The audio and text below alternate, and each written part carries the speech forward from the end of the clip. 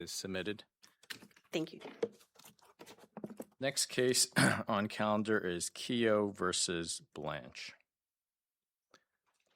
And Mr. Gannon, I just want to make sure you can hear us. I can, Your Honor. Thank you. Thank you.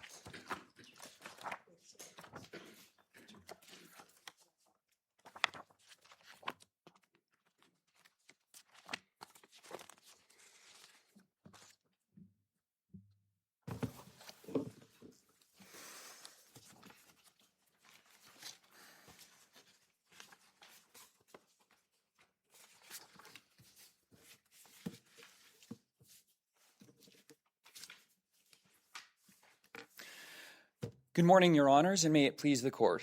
My name is Jeremy Davison. I am a certified law student under the supervision of Andrew Knapp and the Southwestern Law School Appellate Litigation Clinic.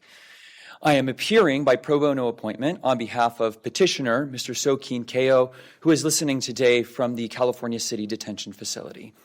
I will monitor my time and aim to reserve about 5 minutes for rebuttal. We are asking this court today to deny the government's motion for an open remand, grant the petition, vacate the removal order, and remand with instructions to terminate at the BIA. As a preliminary matter, we do ask this court to find that the government's belated and bare bones motion for an open remand to be waived. It comes too late, and it doesn't actually argue the merits of removability. And up until the 11th hour, the government agreed. In its own words, the parties appear to agree that this court should decide the removability question and that there is no reason to remand this case. We humbly ask this court to hold the government to its words and do what it did in Vasquez versus Blanche. I recognize that this was a case in our first 28J letter. I also recognize that it is not binding on this court because it is not reported. But that case also dealt with a single charge of removability under California Penal Code 245A and remanded with instruction to terminate because the only ground that the government had pursued was no longer legally valid. The government suggests that this is an extraordinary measure, but it is not. Under the ordinary remand rule, the court does not remand if there's nothing for the BIA to do. For example, if the BIA needs to further develop the record, if it needs to make a discretionary determination, if it needs to employ its expertise, those are good reasons for this court to remand for the BIA to do what the statute empowers it to do. However, if this is a purely legal question based on a fixed record, there is nothing for the BIA to do. And this court has recognized in Fernandez-Ruiz, in Rivera-Cuartas, in Diaz-Carrasco, that even if an intervening change in law occurs, a purely legal question is nestled properly within this court's power, within the Article 3 power, to make that determination. Well, the problem is we never got the briefing from the government side on the merits, right, of that case, of the new case? On Vasquez Blanche? Correct. You did not get the government's briefing on that side, no, Your Honor. Right, so you want us to rule on the merits based off of one side of argument? Not at all. The government has been aware since the motion to reconsider that Gomez was the controlling law. Gomez determined that California Penal Code Section 245A is not a crime of violence. And although Gomez was vacated, it hadn't been vacated and was controlling law when it was at the BIA. And so the government was aware that the en banc court could affirm the panel decision, and so it could have asked to remand this case at that point in its answering brief, but it didn't. It asked this court to decide, and we think that is the appropriate call. But then Gomez came out after the answering brief, correct? That is correct. And it represented a change in the law, at least a change in interpretation of the law. It did represent an interpretative change in the law, but that doesn't mean that this court should remand back to the BIA when its only legal theory at this point is no longer legally valid. Well, how do we know that? Because we didn't hear the government side. The government never asked for an opportunity to file a reply or supplemental briefing on the issue? Not at all, Your Honor. And the court did hear the government's side on Gomez in its answering brief. It made the argument No, that that's the panel decision, right, of Gomez, not the en banc decision. that's correct, Your Honor. However, in Gomez, if there was an en banc proceedings and Gomez was the mandate never issued in Gomez, right? So it was not necessarily binding law. Gomez is binding law because under the categorical approach, assault with a firearm is not a crime of violence. And if it is not a crime of violence under 1227, it's not a removable conviction. And as to the government's ability to argue, if the government had an argument that Gomez didn't apply, surely it would have made that argument in its motion to remand, but it didn't take that opportunity to do so. And as Judge Sung points out, the government hasn't asked for that opportunity to do so. Because generally under the ordinary rules, we would just remand it to the agency to decide it all. Not exactly, Judge Bumate. For example, in Rivera Cuartas, the intervening change in law occurred after briefing, and in Rivera Cuartas, the court said, "We've already applied this case." So if it is a straightforward, if it is securely covered under this court's precedent, and the court can apply it in a straightforward manner, there is nothing left for the BIA to do. There isn't a further. I guess I would agree with that if it's directly on point, but there's two distinctions, right, with Gomez. Number one, it's interpretation of the guidelines, correct? Not INA. And two, it's a different subsection of 245A, right? So there's 2 points of distinction. So therefore, there's two analytical steps we have to make from Gomez to reach the case, to reach the decision here, right? Yes and no, Your Honor. Okay. There are distinctions, but those distinctions are merely superficial. For example, this court in Begay said that if the statutes are virtually identical, you interpret their plain language in the same manner. So indeed, Gomez handled sentencing guidelines, whereas this is a removability question under 16A. But those sorts of interpretations are analyzed uniformly. As to the subsections, Gomez actually applied the People versus Gomez for its intent requirement when it analyzed crime of violence or the recklessness standard that Borden says is not enough. People versus Williams is a 245A2 case. I know that Judge Thomas says that it's an A1 case, but if Your Honors read People versus Williams, it is an A2 case. And both A1 and A2 derive their intent element from California Penal Code Section 240, which is an unlawful attempt coupled with a present ability to commit a violent injury on the person of another. So understandably, Gomez is a different area of law, and there are some minor distinctions, but those distinctions are immaterial. And as a matter of statutory, I guess my only problem is that we just don't know what if the government agrees. If you make compelling arguments, but I'm just saying I would be uncomfortable agreeing to that if we don't even know what the other side is. I don't think that you should be uncomfortable, Justice Bumate, because the government hasn't actually offered an alternative argument. Yes, Gomez came after the answering brief. But again, surely if the government had any argument that the BIA would come to a different outcome below, it would have raised that argument in its motion. And it doesn't raise that argument. We believe that it tacitly concedes that Gomez controls this case, that petitioner is not removable as a matter of law.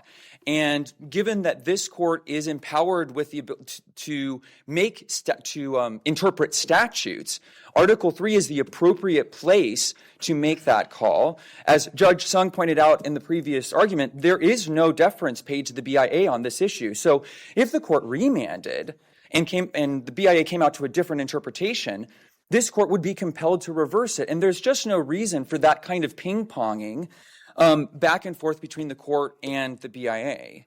And you're concerned he's detained. So the prejudice would be that he's in detain all this time. That's right, Judge Bumate. He is currently detained in California City Detention Facility, a facility that a court has found has not provided adequate medical care or access to counsel. And in this clinic's experience, when the court does not direct termination, it could take 2 or more years for the BIA to give effect to the court's determination. Is there also a habeas petition? There is also a habeas petition. His habeas was granted, but he was denied at the IJ level, the bond hearing. But I think all of that underscores the reality that petitioner is not removable, as the government has alleged in their NTA, and it had control of this case from the get-go. It knew what it wanted to charge, and it decided to pursue those charges from beginning to end. And this court expects the government to get it right, not ask it for a do-over right at the moment it realizes that it is about to lose. Could the government, if we were to agree with you, grant the petition and re-terminate, could they just file another NTA under the other convictions? They could. However, they would have to go through the process of filing another NTA. And we would want to be in the position to argue res judicata, that under al-Muthreb, under res judicata, they had these convictions at the time, and they could have raised them. Now, the BIA considers these administrative civil hearings, so it doesn't believe that that res judicata applies, but still petitioner wishes to be able to make that argument. I also wanted to flag that my time is about up, and I would like to reserve some time for rebuttal, but I would also be happy to answer any of the other questions that the panel might have. Great, thank you. Okay. Mr. Gannon, whenever you're ready. Thank you, Your Honors. May it please the Court, Peter Gannon for the United States Department of Justice. This court's en banc decision in Gomez provides sufficient instruction to the board on how to handle the petitioner's motion to terminate, and the court should grant the motion to remand and apply the ordinary remand rule without reaching the merits of either petition. The ordinary remand rule should apply to give both the board and DHS an opportunity to consider the motion in light of Gomez. The DHS has never had the opportunity to brief the issues raised in Gomez or amend the charges of removability, given that the issue of removability never arose until after the removal proceedings were completed and the agencies relied on Herron Celeste from 2009 holding petitioner. The three-judge decision in Gomez reached the same conclusion and relied on the same reasoning. Isn't that correct? As the en banc decision? As the en banc, yes, Your Honor, my understanding they're largely the same. And in all the time since the three-judge decision, has the government ever articulated an argument as to why Gomez wouldn't effectively control whether the charged offense made him qualified as a crime of violence? No, Your Honor. I think given the unique posture of the way the Gomez panel decision was vacated, and then the Gomez en banc decision came out after the answering brief, the issue as presented in the answering brief was that Gomez was wrong. Can you offer an argument now? I mean, you've had a long time to consider. You've never filed for a motion to file a SIR reply, or you didn't make any merits arguments in your motion. Can you articulate some reason why this question of law wouldn't come out the way the petitioner is arguing? So, no, Your Honor, not on the Gomez issue, but I think that reading of Medina Lara misses the forest for the trees on the issue of removability generally. That the more important issue is that DHS has not had the opportunity to reassess the charge of removability and potentially amend the charge, which it can only do while removal proceedings are ongoing under the regulation. Can't the agency just file a new charge of removal? I mean, why do you need to keep it pending and amend it versus terminate this proceeding and start a new one? So, Your Honor, as petitioner points to, at that point, the government would have to deal with res judicata and this court's decision in Bravo Pedrosa and its progeny. I think the appropriate ordinary remand rule would allow a clean remand for DHS to avoid all of that allow this court to avoid weighing in on all that where it's unnecessary and respond to the motion to terminate. The regulation 8 CFR 1003.30 is the regulation that allows DHS to amend the charges of removability. They do so through an I-261. That can only be done while removal proceedings are ongoing. At no point since Gomez, even the first panel decision, have removal proceedings been ongoing. They were resolved under Heron Salinas, a 2009 decision of this court that everyone, the DHS, EOIR, the petitioner himself, relied on to find that he was removable as charged. In Medina Lara, the court emphasized there that DHS had several years and many continuances to cure potential defects in its case because the immigration judge felt the removal charges were not solid. That's simply not what happened here, where DHS relied on this court's 2009 precedent in Heron Salinas to charge the petitioner's removability. The agency and petitioner himself relied on that throughout his proceedings, and then it was following Gomez that all of this has been reopened. The appropriate response then is to send the case back under the ordinary remand rule, because Medina Lara is simply, it doesn't apply. This is not what happened here. Here, everyone was relying on a clear precedent from this court holding that petitioner was removable as charged. Sorry. Go ahead. The government always could have included all the charges, all the basis for removability in the original charge, though, correct? Like there's nothing that stopped it from being more inclusive in the original charge. Is that correct? It certainly could have, Your Honor, but when you have a clean charge for removability that does everything you want, like an aggravated felony does, I think it makes sense to charge solely that ground for removability to keep the case simple and clean. This case is no longer simple and clean, and so I think the board and the agencies generally involved should be allowed the chance to address that. So if I'm understanding you correctly, if this panel grants the petition, then there's potential the government won't be able to issue a new NTA with the other convictions as a basis. Is that what you're saying, that there's a potential argument to preclude that? And that's why you wanted to remand it. And if we remand it, you're saying the government can then add the other convictions as potential basis for removal. Is that? That's certainly the way the petitioner views it, and I think that the ordinary remand rule exists for a reason of not weighing into very thorny issues like that when there is an ordinary remand rule that would apply. What exactly are you relying on to say? It sounds like you're saying it's an open question whether if we terminated this proceeding, the government could issue a new charge of removability. Is that correct? I think so, Your Honor, but I'm not sure. I think this court's precedent on res judicata has been applied pretty narrowly to charges that were not sustained on the merits and then by the agency and then a new charging document issued.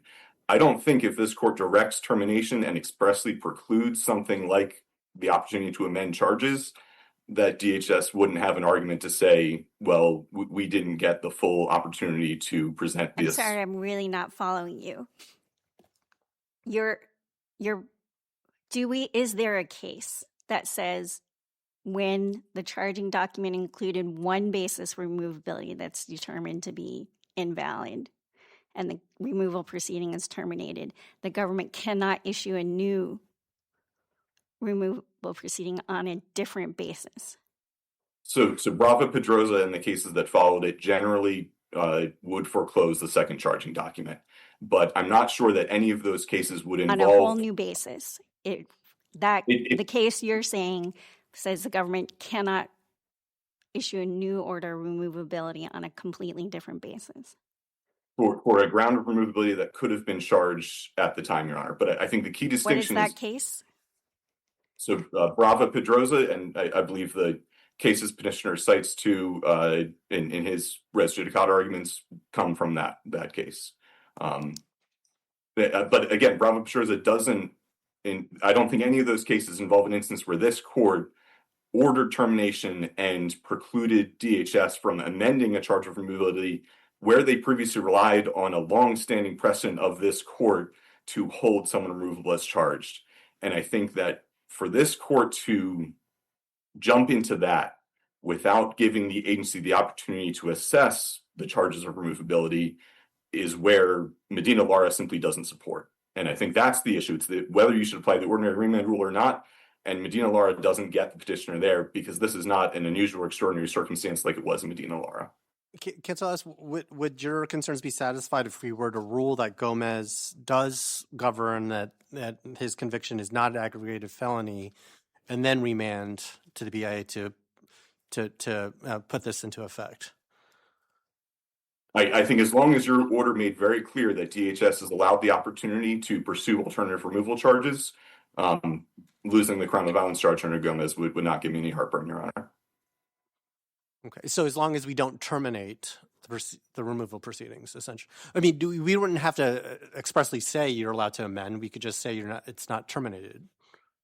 I think in the interest of the possibility of further litigation on this issue, I think Your Honor's being very specific. If you're not going to do a clean remand, then I think you should be very specific about what you're remanding to the board to do and what you're allowing the board to do. Because I think that, as I said, this case has gotten messy following Gomez, and it's in everyone's interest, I think, to be very specific. Though, again, a clean remand, I think, is best overall. And I understand why petitioner doesn't want that.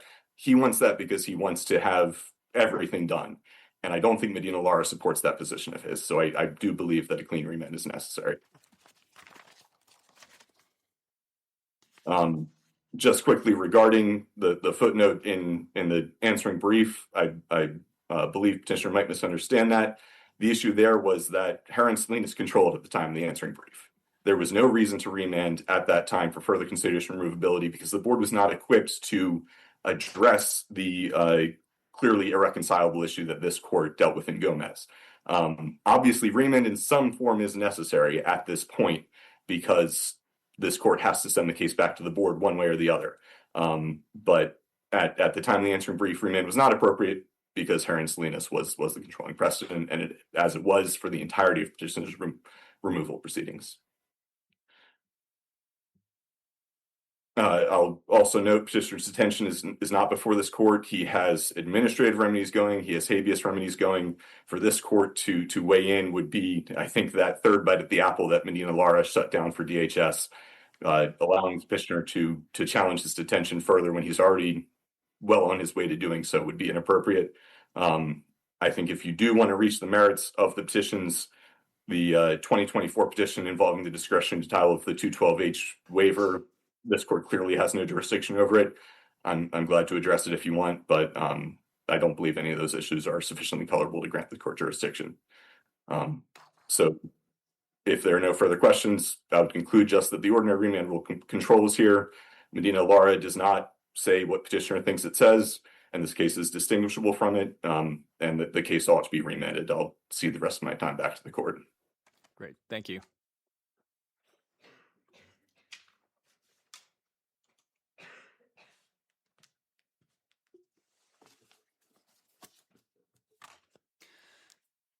Thank you, Your Honors. This case has not been simple and clean since October of 2024 when petitioner raised his timely motion to reconsider based on Gomez 1.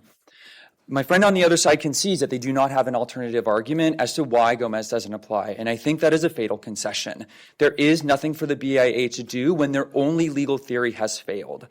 And under Chowdhury and that line of cases, it is not proper to make a determination based on hypothetical additional charges that the government might make. Judge Callahan in Saavedra Figueroa says that it is not proper to bring charges that you haven't alleged in the NTA when you had the opportunity to do that from the beginning.